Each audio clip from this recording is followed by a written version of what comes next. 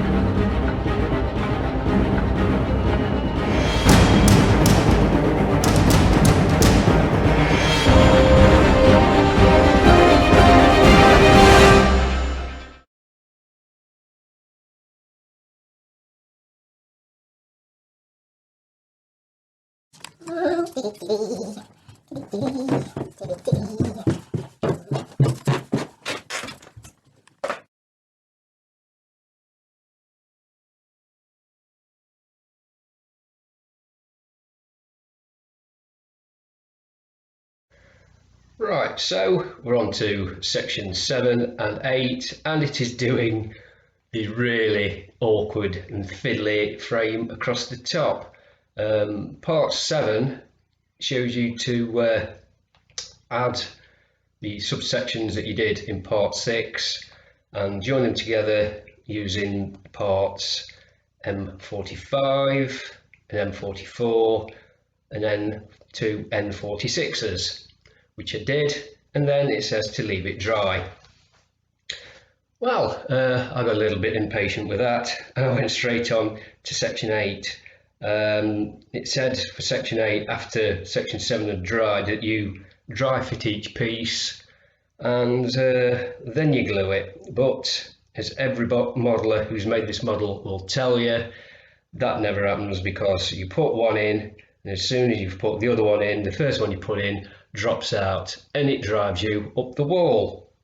So what I did, instead of using extra thin, which cures relatively quickly, I used the normal Tamiya glue, which is a thicker glue and a slower drying time, which gives you plenty of wriggle room, and I did parts 7 and 8 together.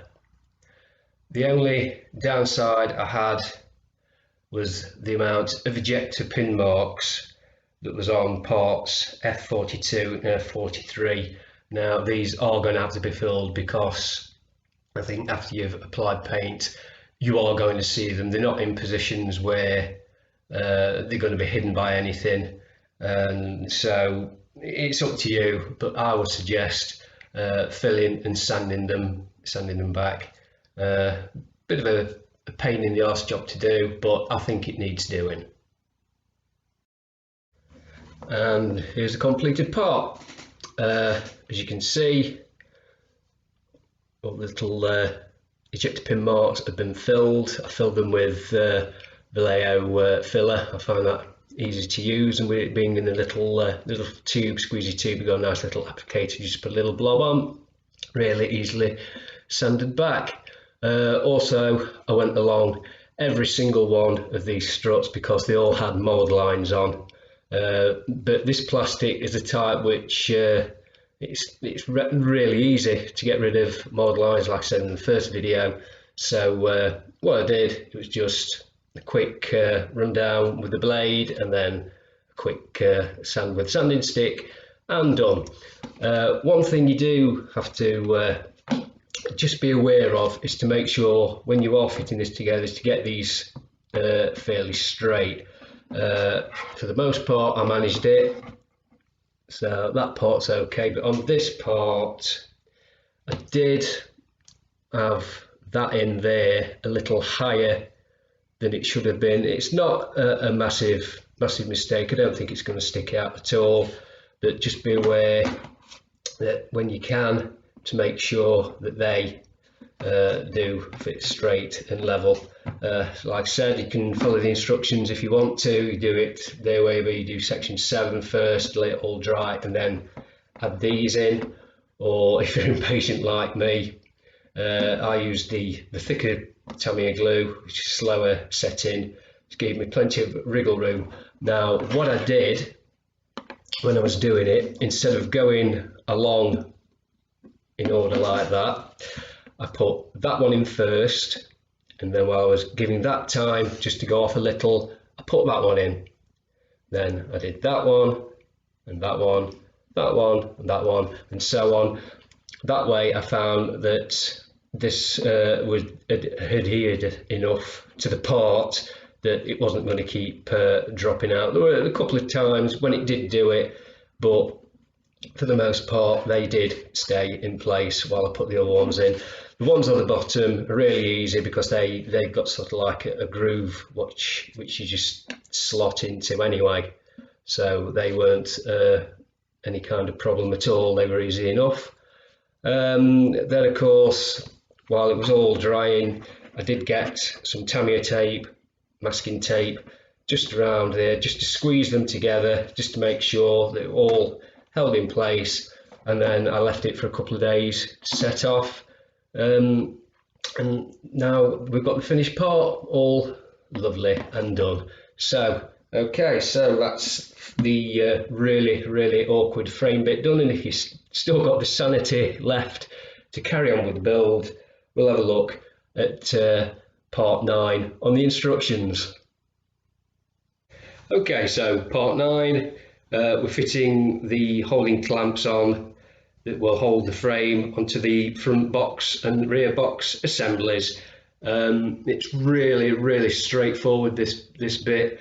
What I would do is just use the frame on the top just to make sure that you've got the little clamps, parts Q16, aligned properly, and then as a dry fit, and then it should be okay and you shouldn't have any problems with it. Right, so let's move us on to section 10. Now, I was going to do this in order as the instructions tell you, but I noticed that these cages, which fit onto the front and rear box assemblies, need to be checked for angles. It says they use part B63 to check the angle. Now, you put parts 10 as a subsection onto the model on part 15, so I decided I was going to wait till then. That way I can make sure that I do get the correct angles, and we won't have any fit issues with it then. So I decided, like I say, to leave that part, and I went straight on to part 11. Now, part 11 is making up for what I can only describe as some kind of reactors. I don't know what they are. It's basically gluing parts Q22 and Q21 together. It did advise to glue on as well part M23. However, I've left that off for 2 reasons, which I'm going to show you in a minute. Well, as you can see, like I said, I did intend on doing part 10, making the cages, but then I looked at the instructions a little further on and decided to wait. So that's why I've got a pile of parts there. Okay, so we'll get on to the little reactors that we had to make up. There's 4 of these. What you do have to look out for, I find, they're easily glued together, but there's a little piece there, because that's where the join is there, and it stops there. Now, if you don't get enough glue on there, that is just going to splay open. It's just how the moulding is. It can't be avoided. 2 ways to do it. You can either clamp it, but since I haven't got small enough clamps, I've decided what I did was to put a little dab of super glue in there, hold it together for a few seconds, released, and it was done. So that's a quicker and easier way for me if how I did it. You may want to do it your own way, but that's how I did it. So you just make sure that when you're doing these sections here, because that part there doesn't go all the way along, it only goes so far there, just make sure that you've got those two ends glued together. Like I say, if it's just not glued on the end enough, then little dab of super glue, hold it together, and it's done. Once again, I've gone around doing the seams best I can on this, relatively easy, just with a quick sander and whatever sanding sticks you like to use, and scrape along the blade as well for the little tricky parts that I couldn't get into, and that's the model lines done. Right, as I was saying, on this part, which is part M23, I left it off for two reasons. Now, the first reason being, I noticed on the end, I don't know if you're going to pick this up on the camera, to me it's got a little nub on the end which looked like it was supposed to go into a hole of some description. Now, whether they've done that and decided not to, and as an afterthought, and didn't take the end off, I don't know. But I've looked on the instructions and I can't see anywhere where that little nub will go into, because this is, I think it's this part here, where to go would be around there, and there isn't a hole on these parts for it to fit into. So that's the first reason I left it off. The second reason I left it off is when you come to fit it to this part, you have to do two with it on the right hand side. I'm sorry, just there. Two with it fitted on the right hand side and two fitted on the left hand side, because they go, when they go onto the front boxes and the rear boxes, that pipe has to be on the inside. It doesn't go on the outside, it goes on the inside. So I thought I'd wait till I finally get to glue these parts onto the box at the front, then I'll not get muddled up and end up having one on there that's been glued on and it's set and you can't get it off and you end up having to snap it off. So I thought I'd wait, just as a precaution for myself really, just so I get the parts all done and in the correct orientation. Okay, I've just picked my instructions up. So that is part 11 on there. So now we're going to go to the final part for this part of the build, and we're going to have a look at making the front and rear boxes for section 12 on the instructions. So section 12 is making up the front and rear box assemblies, and it's pretty straightforward. It's really well engineered kit, no difficulties at all putting the parts together. What I would say is just make sure you look at the illustration on the instructions to make sure that you get E13 the right way round. As you can see, they all go together to make this little box assembly. Don't forget, you only install part B10 on the box assembly that you're using for the front of the Eagle. Then I had a quick look at section 13 on the instructions, where I fitted the subsection 9 on top, and that was for the docking clamps for the frame. And as we can see, here are the front and rear boxes made up. Really easy to do. They do have a bit of a seam on the bottom. Now this part does fit on like so, so you're only going to see half the seam, so the half of the seam that will be visible needs working and filling. Now I've already filled this with Vallejo. I think I'm going to have to go over and do it again because I think it's sunk in a little as it's dried. On the front parts there's seams there that need working as well, because that does fit onto the front of the back of the command module, you are going to see that bit there, so it's just going to need a little more filling, like I said, because this has sunk back a bit, and sanding down, trying to get rid of the seam line the best you can. Right, well, also, like I said, in part 13, I fitted the clamps for the frame on the top. Now, I'm going to give you a little bit of a warning here, because it doesn't say anything about this on the instructions, and I don't know if anybody has had this problem with their kit.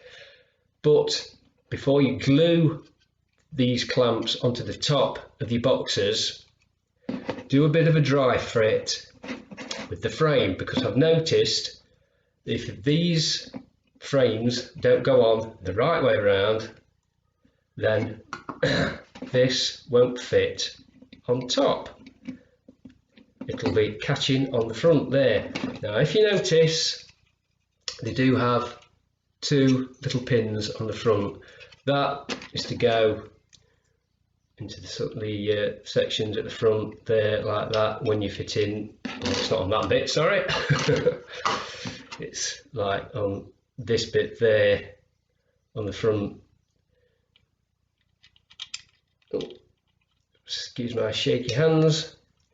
That way you'll know you've got them the right way around, because if you have them the wrong way around, obviously that's going to be in the wrong position, and like I say, your framework on the top will not sit flush onto there. So just take your time with this part before you go rushing in with the glue. Make sure dry fit, make sure you've got all the parts the right way around, and then you won't have any problems. Now, I said these parts here are going to be the last bits of the build for this video. Bit of a fib, because I forgot about the little feet sections that are made up as well, because they're just two parts glued together. So let's have a look at those. So we are skipping a little ahead of ourselves onto part 17, but as it says on the instructions, these two parts which you glue together need time to dry, so I thought, get them done and forgotten about. So it's parts 057 and 056 just glued together. There's 4 of those, and then you just leave them aside to dry. And there we have them. They're the 4 little assemblies, just 2-piece assemblies together. These go onto the feet, the landing part of the Eagle. As you can see, there are some seam lines that are going to have to be worked on, but that's pretty easy enough with this plastic. Like I said before, may need a little filler, just get rid of the little step, get in there with a skinny sanding stick, and they should come out a treat. So that is section 17 completed there. They're glued together, left to dry, and then you can move on to whatever part of the model you're going to be doing next. And that's the end of yet another episode. I hope you all enjoyed that one. If you did, and you haven't done so already, could you please remember to subscribe to my channel. At the moment, I'm aiming to get 1,000 subscribers, and as soon as I hit that 1,000th subscriber mark, I will donate at least £20 to Macmillan nurses here in the UK. For those of you living outside of the UK and you don't know who the Macmillan nurses are, they are there to help everyone with cancer live life as fully as they can, providing physical, financial and emotional support. I myself have had their services firsthand, and I can tell you they are exceptional. A lot of the time they do have to rely on public donations, so if you'd like to find out more about Macmillan nurses, or in fact give a little donation yourself, then please visit www.macmillan.org.uk. Okay, I'd like to thank you all again for watching. It's very much appreciated. Don't forget, you can still follow me on Facebook and on Twitter if that's going to be easy for you. And here's to seeing you all again on the next episode of the Adrian Bout Project.